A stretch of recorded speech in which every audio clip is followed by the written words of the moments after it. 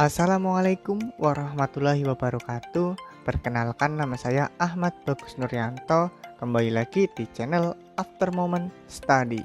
Channel ini adalah channel yang membahas dunia pendidikan, baik dari materi SD, SMP, SMA maupun membahas seputar sekolah di Indonesia.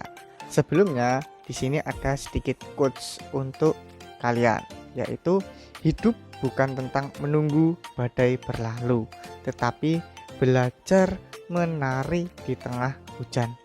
Artinya bagaimana kita tuh hidup di dunia itu jangan menunggu sesuatu mendatangi kita, tapi kita perlu mendatanginya atau memperjuangkan cita-cita kita. Seperti itu ya teman-teman.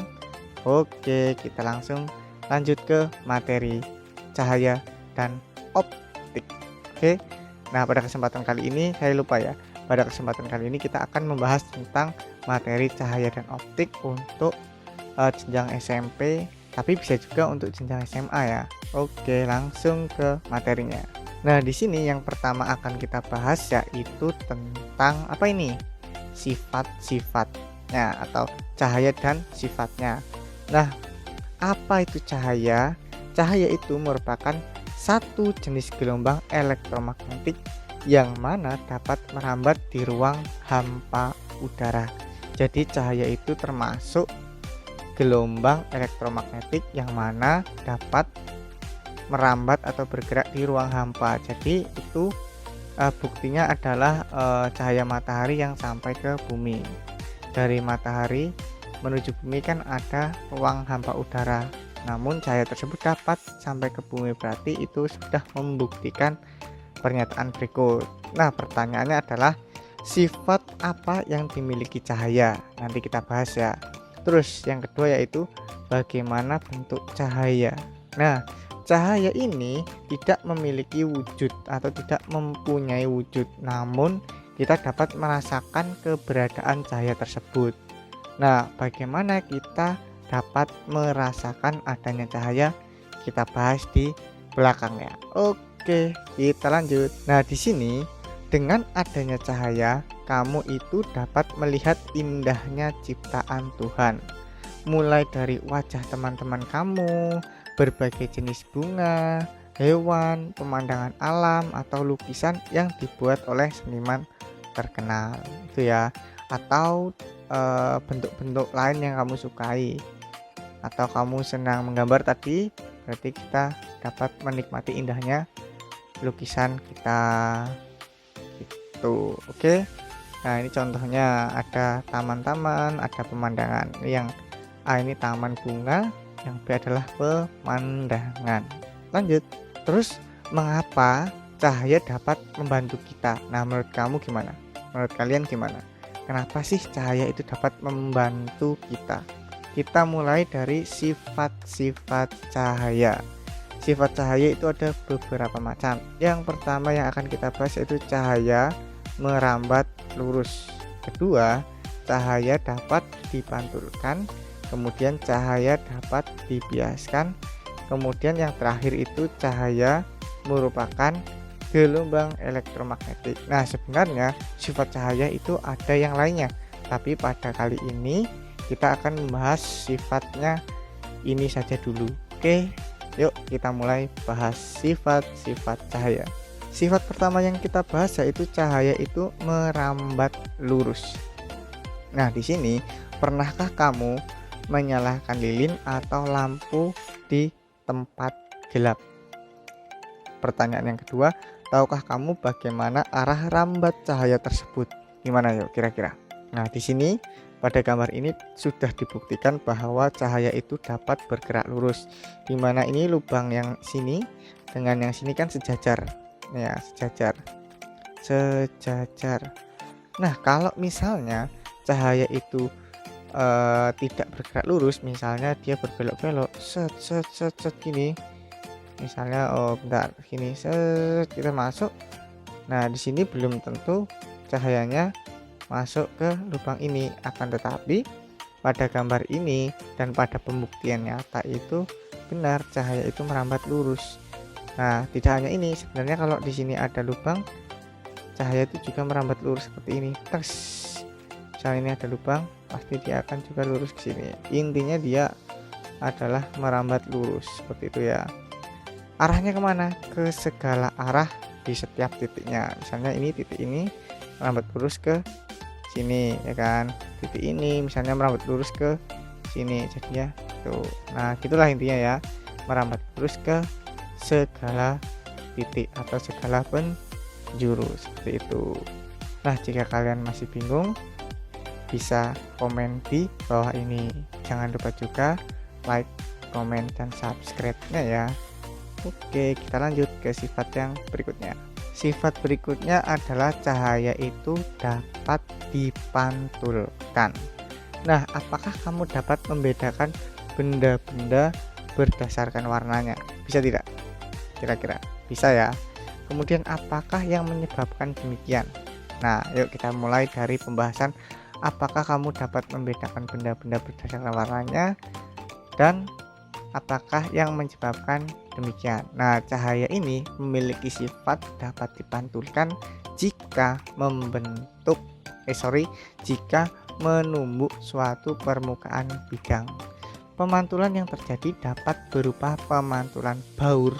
Baur itu acak-acakan, dan pemantulan teratur. Nah, ini pemantulan baur itu terjadi jika cahaya dipantulkan oleh bidang yang tidak rata seperti aspal, tembok, dan batang kayu ya misalnya itu, dan masih banyak yang lainnya, pokoknya yang permukaannya tidak rata.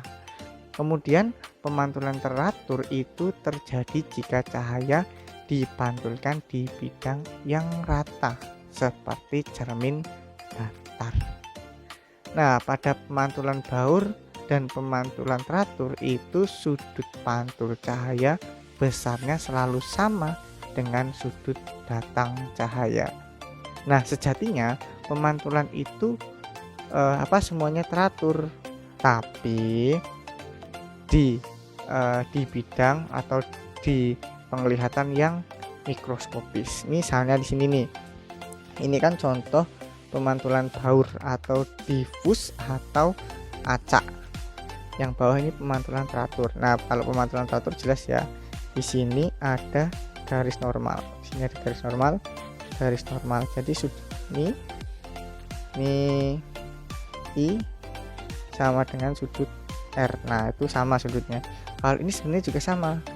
Kalau dilihat lebih detail, di sini ada garis bidang yang datar, yang mana di sini juga garisnya normal di sini.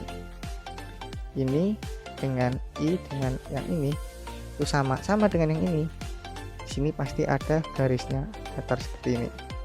Garis normalnya segini. Nah, I itu sama dengan R dan seterusnya. Misalnya ini juga ada garisnya yang datar. Kalau dilihat di zoom sampai ke titik yang kita dapat lihat, dimana ini I sama dengan R. Akan tetapi pada kasus yang lebih luas di sini kan bergerunjal atau tidak rata, jadi bisa dianggap sebagai pemantulan baur. Tapi konsepnya sama, sudut datang pasti sama besar dengan sudut pantul, seperti itu.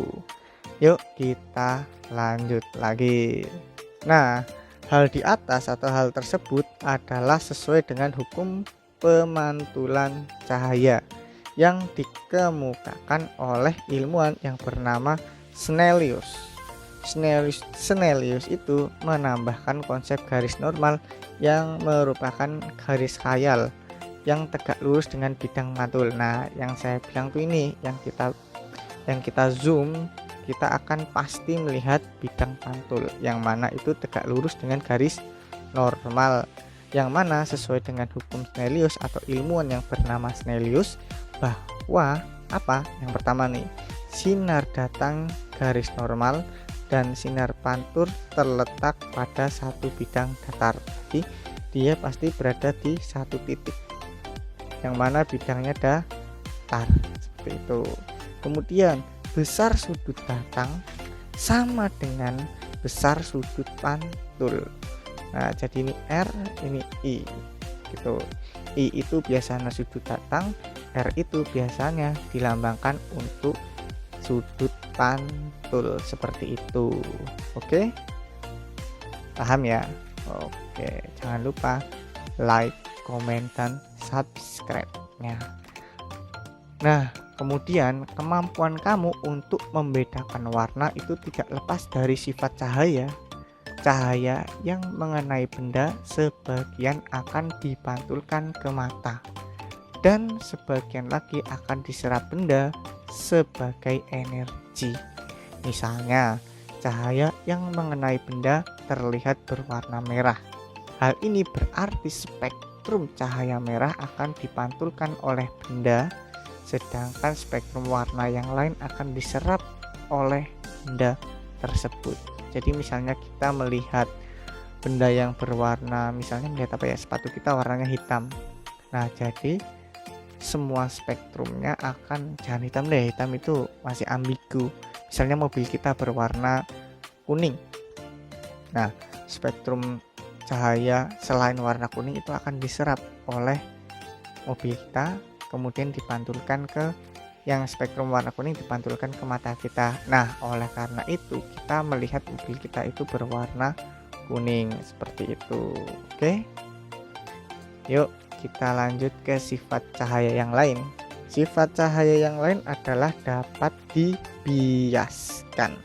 Nah, bagaimana cara cahaya itu dapat dibiaskan? Cahaya akan dibiaskan ketika melalui dua medium yang memiliki kerapatan optik yang berbeda.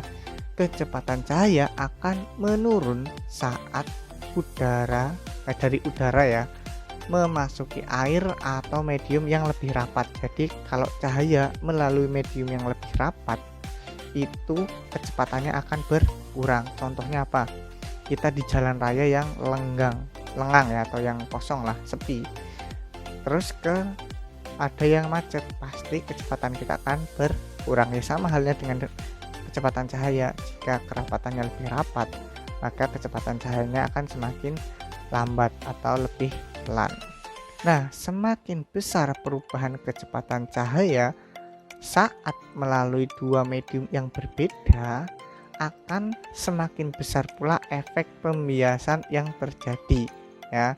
Namun pembiasan itu tidak akan terjadi saat cahaya masuk dengan posisi tegak lurus bidang batas kedua medium. Maksudnya bagaimana? Jika misalnya di sini ya, di sini ada dua medium yang berbeda, ini udara, ini air.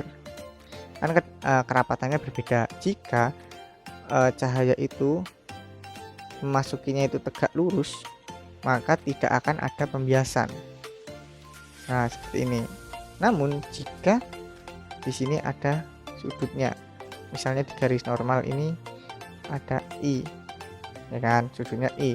Nah, karena udara itu lebih renggang daripada air, maka kerapatan atau pembiasannya akan mendekati garis normal. Ini R-nya. Nah, seperti ini. Oke. Nah, seperti itu ya. Jika ada pertanyaan, tulis di kolom komentar. Jangan lupa like, komen, dan subscribe-nya. Oke, kita lanjut. Nah, ini merupakan ilustrasi dari pembiasan. Ini udara, ini kaca. Sama aja, kaca itu lebih rapat, berarti theta I atau theta I ini lebih besar daripada theta yang kedua karena kaca itu lebih rapat. Nah, kecepatan udaranya juga sama, V1 itu lebih besar dibandingkan dengan V2 seperti itu. Oh, ini 12 ya, betul. Nah, seperti itu ya. Oke, bisa dipahami kan? Yuk kita lanjut ke sifat berikutnya. Cahaya merupakan gelombang elektromagnetik. Nah, bayangkan saat ini kamu sedang berdiri di tepi pantai. Pada saat itu kamu melihat ombak yang sangat besar sedang melaju menuju ke arah kamu. Kemudian deburan ombak tersebut hanya memindahkan sejumlah energi dengan memindahkan mediumnya, yaitu air laut ya, karena atau akibat dari angin. Hal ini dibuktikan dengan terdengarnya suara ombak. Nah, suara ombak itu ilustrasinya sebagai energi gerak menjadi bunyi. Berbeda dengan gelombang laut, cahaya itu dapat mentransferkan energi dari satu tempat ke tempat yang lain tanpa menggunakan atau melalui medium. Oke.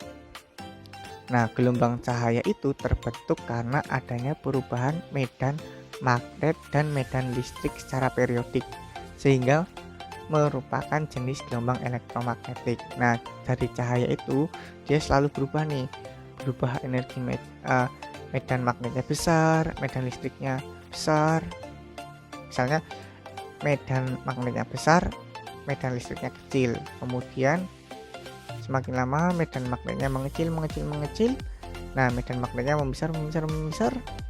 Kemudian menjadi medan listriknya yang besar, medan magnetnya yang kecil, seperti itu secara periodik. Nah, salah satu fenomena yang dapat membuktikan bahwa cahaya itu mampu mentransferkan energi dan mentransferkan energi adalah saat lilin itu dinyalakan di sebuah ruangan yang gelap dan kemudian lilin tersebut dapat menerangi ruangan. Nah, contoh lainnya adalah matahari yang memancarkan gelombang cahayanya melalui ruang angkasa. Nah, ruang angkasa itu kan tanpa medium, ya kan? Nah, seperti itu. Gelombang cahaya matahari memancar ke segala arah sampai ke bumi meskipun melalui ruang hampa udara.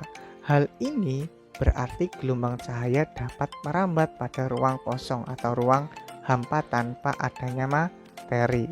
Berdasarkan frekuensinya, gelombang elektromagnetik ada bermacam-macam.